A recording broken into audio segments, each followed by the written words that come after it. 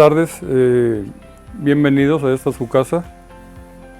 Mi nombre es Rigoberto González, soy egresado de la Facultad de Biología, tengo maestría y doctorado en la Universidad Estatal de Nuevo México y fui maestro, investigador y catedrático de la Facultad de Agronomía de la Universidad Autónoma de Nuevo León durante 35 años. Actualmente estoy jubilado y aquí estamos para lo que se ocupa.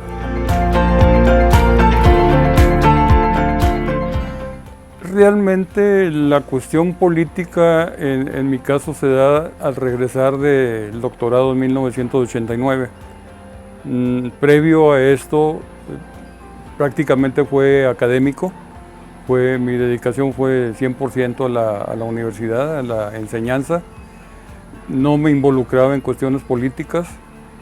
En esa época pues ya vivíamos aquí en Marín desde el 77, pero yo había ingresado a la Facultad de Agronomía a trabajar desde 1975. De hecho, yo termino mi carrera en el 74, en diciembre, en 9 semestres, cuando la carrera era de 10 semestres.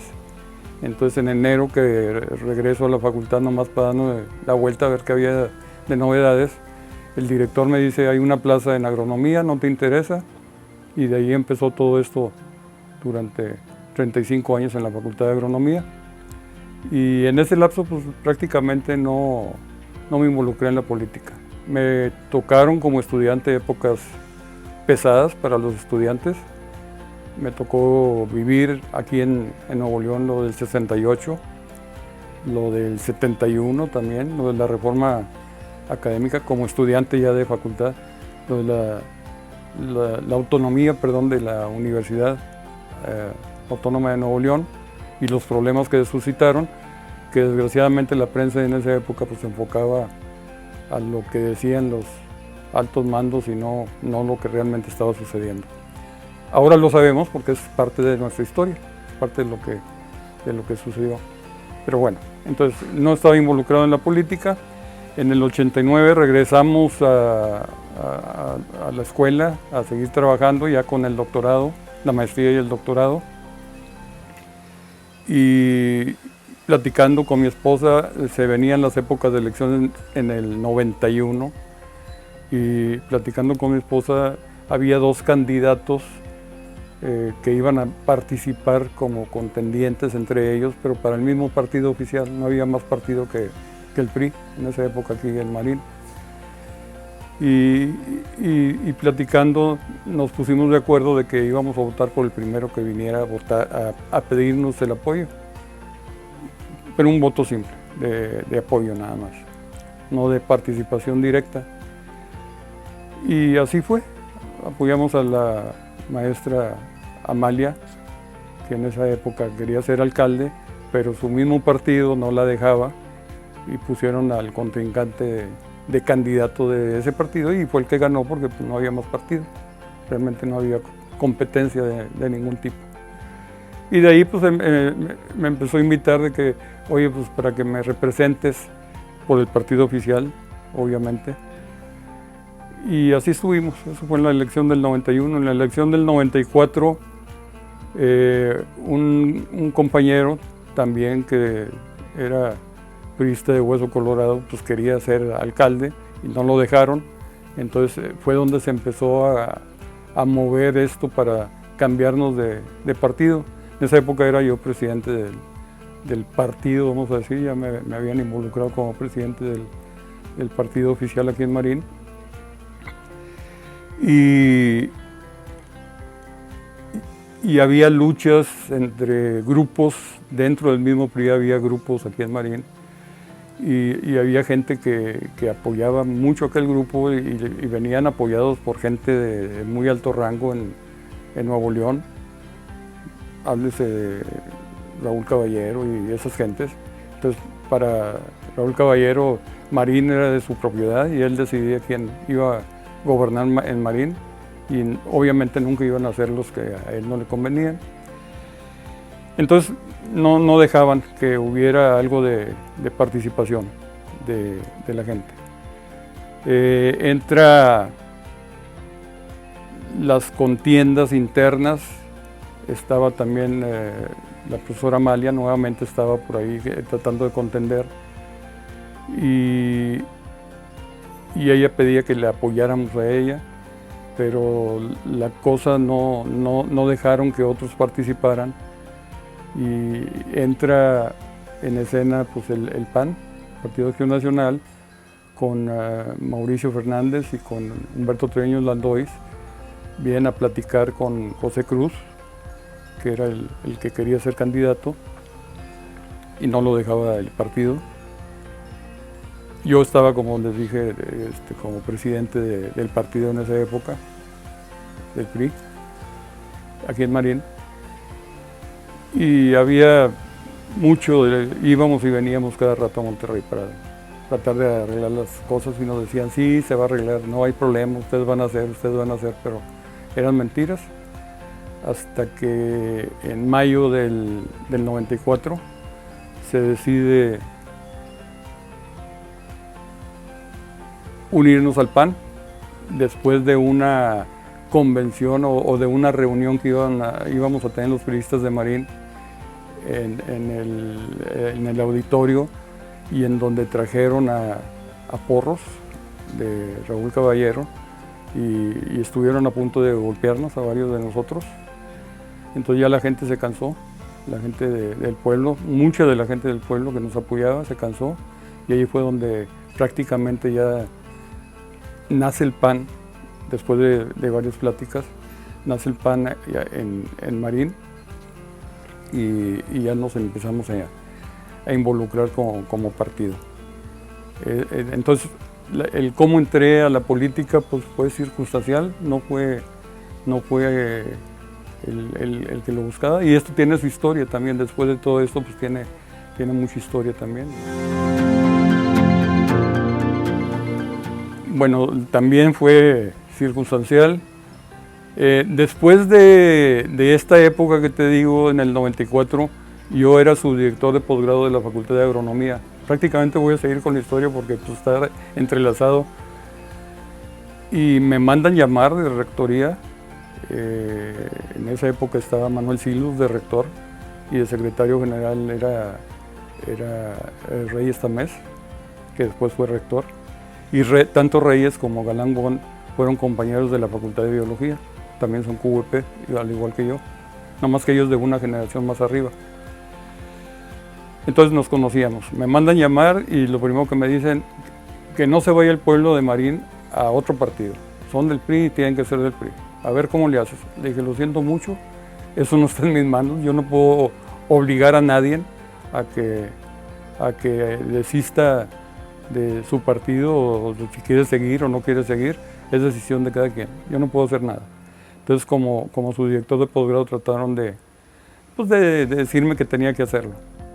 Y no pasó nada. Como quiera, ya para cuando regresé yo de esa junta, ya había habido una reunión del partido nuevo, naciente aquí en Marín, en mayo, y ya había salido el candidato, que era José Cruz, que era el que queríamos, pero ya habían sacado regidores y ya habían sacado todos. O sea, yo no alcancé nada tampoco en esa época, que no buscaba nada prácticamente, pero bueno. El cómo llegar al Senado fue, estamos en el 94. Si bien no ganamos, nos abrió la puerta para seguir luchando, pero ya dentro del PAN, y en el 97 hubo una convención para elegir los candidatos a diputados locales en Cerralbo, para elegir al que nos correspondía, o el diputado federal, no recuerdo bien, pero iba a elegirse algo. Y nos fuimos en un camión tipo estos amarillos de escuela. Nos fuimos todo una buen contingente de Marín. Y de regreso empiezan a decir, oye, sería bueno que te lances de diputado federal, ¿por qué no? Entonces era para diputado local, es cierto. Sería bueno que te lances de diputado federal, ¿por qué no te lanzas? Dije, no, hombre, están locos. Y en el transcurso de Cerralbo a Marín, pues me convencieron de que me lanzara. Y en la convención, que fue aquí en Marín, ahí hubo varios contrincantes, hubo 4 o 5 contrincantes de otras partes. Es más, había gente que venía de Monterrey a decir que ellos iban a participar como por este distrito, porque no teníamos la capacidad de ser diputados en esa época, según ellos. Y no, le gané por mucho en la elección interna. Y ya como candidato, pues estuvimos trabajando durante 4 o 5 meses, para convencer a la gente de casi 26 municipios, casi todo el área norte de Nuevo León, desde Apodaca para acá, excepto Anáhuac, Lampazos, era lo que no abarcaba, pero todos los demás municipios los abarcaba este distrito. Entonces anduve para arriba y para abajo. Era la época en que estaba Canales, que ganó como gobernador en esa elección, y entonces andábamos con Canales también cuando venía a estos municipios. Entonces conocí muchísima gente. En esa época conocí muchísima gente, y eso me valió el que, pues de alguna manera me reconocieran, me reconocieran y me valoraran y me estimaran. En el 2000 no gané obviamente las elecciones, ganó Lombardo Guajardo de acá de Apodaca, el puro municipio de Apodaca, que era parte del distrito, pues abarcaba muchísima más gente que todos los municipios juntos, los otros. Me acuerdo en la elección que esa noche terminé prácticamente ganado, iba arriba en las encuestas y todo, y ya para el otro día amanecí perdido, pero bueno, así es la política. Eso fue la elección del 97. Seguimos trabajando como presidente del partido, aquí del Partido Acción Nacional, aquí en Marín, y seguimos o secretario del mismo, ya fuera un puesto, fuera otro.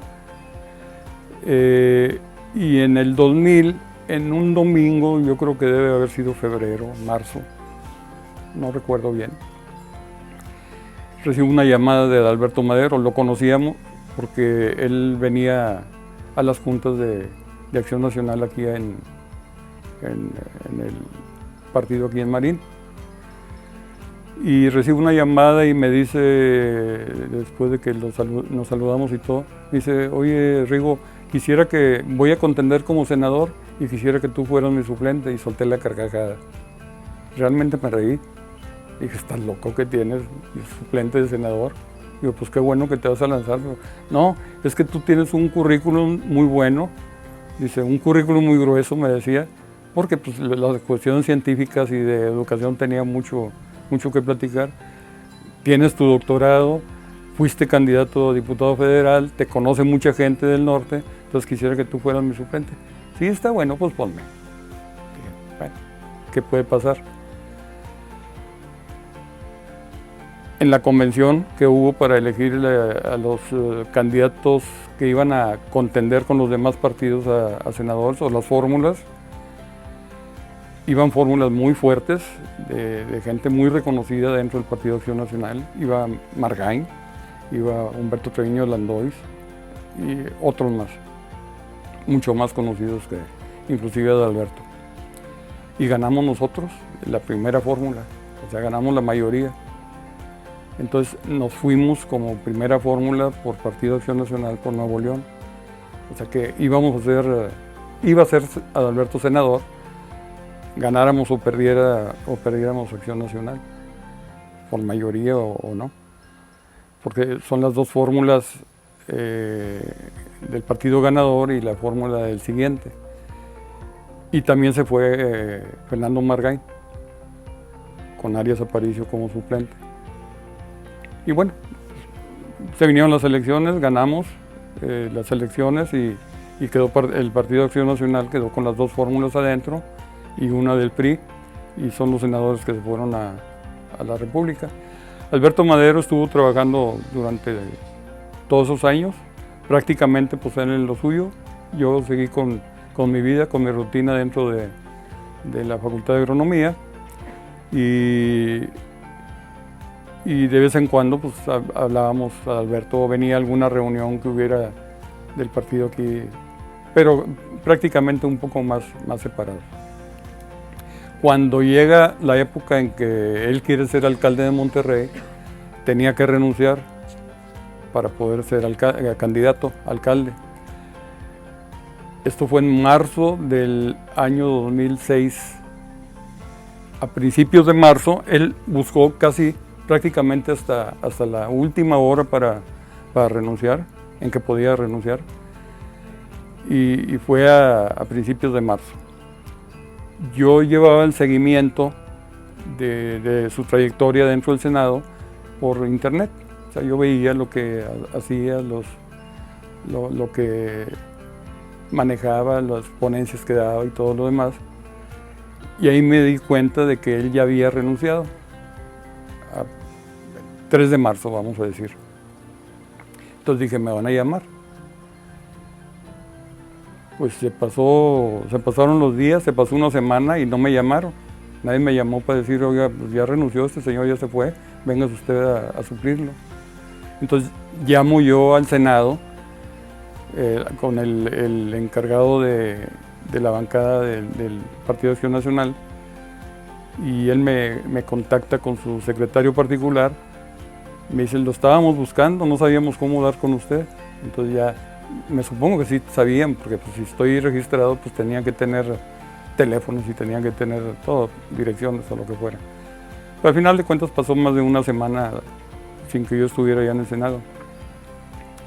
Y ya me dijeron, no, hay junta mañana martes, le vamos a mandar el boleto, véngase a México, porque mañana mismo voy a tomar protesta. Y que quién sabe qué, bueno, pues, prepárate. Y así me fui a México, a Jicotenca, que era donde estaba el Senado, y tomé protesta.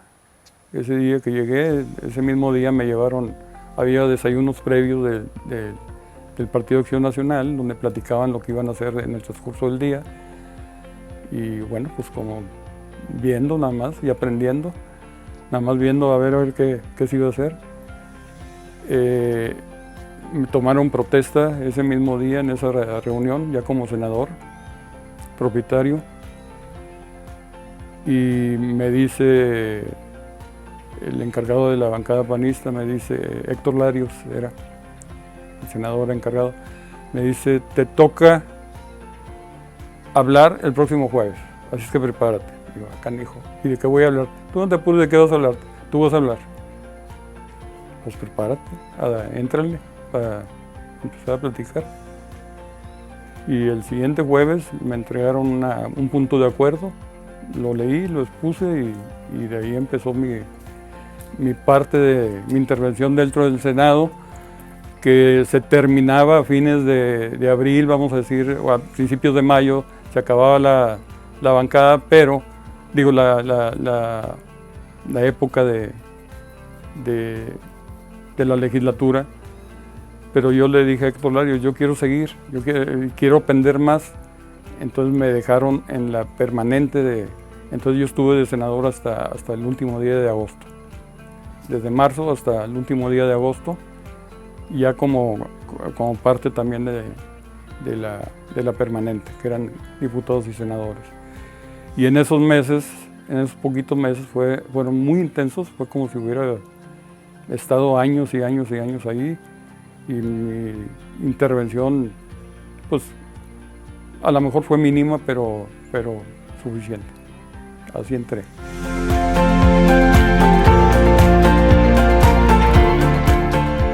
Realmente, si fueran lo que el nombre dice de la consulta, si fueran realmente abiertas y participara todo el mundo como debe de ser, a lo mejor sería una buena herramienta para saber cómo está o las necesidades del pueblo. La forma en que se está haciendo actualmente, yo creo que están dirigidas a un grupo de personas, lo están haciendo para que contesten lo que ellos quieren que contesten. Entonces no creo que sea la forma correcta de hacerlas. Si a lo mejor pudiera haber mecanismos más verídicos de consulta donde se involucre más al pueblo y no esperar que la gente vaya. Si no van ni a votar cuando hay votaciones, pues menos van a ir a emitir una un voto por una consulta. Van los que están dirigidos a que tú ve y emite ese voto. Entonces creo que no, la forma en que se hace actualmente no es la correcta. Perdón, no es la correcta, pero si se hicieran como debe de ser, a lo mejor sería una buena herramienta de saber lo que el pueblo necesita y lo que se debe de hacer.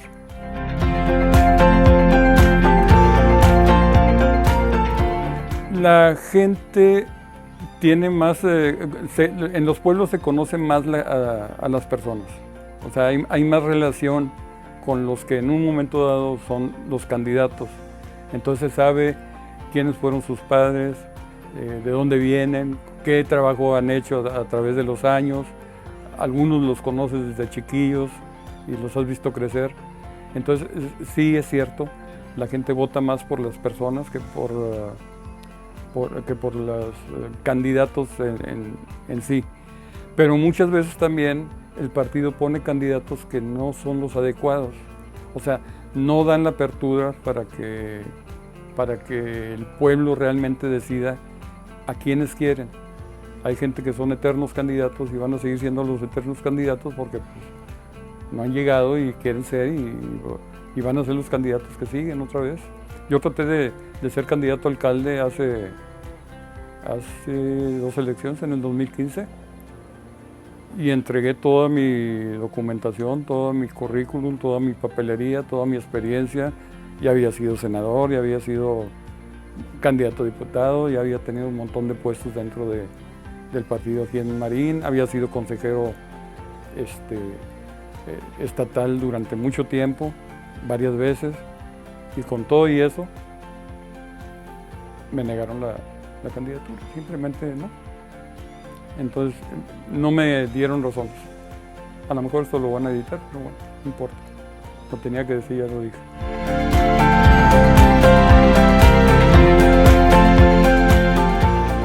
Yo creo, en otro tiempo el partido tenía más apertura a la diversidad de candidatos. Nos tocó vivir las épocas en un principio cuando empezamos en el PAN, que prácticamente pues, fue el primer partido en el que incursionamos, independientemente de haber estado trabajando para el PRI de otras maneras. Y trabajamos en convenciones donde se elegían, dejaban a la gente participar, dejaban que la gente eligiera y esos eran los candidatos que iban a luchar posteriormente ya con los demás partidos. Y ganaban. Ahora las convenciones no son de esa forma, o no dan esa apertura, o no dan esa oportunidad. Simplemente hay un grupo de personas que eligen y deciden quiénes, y esos son, y ya.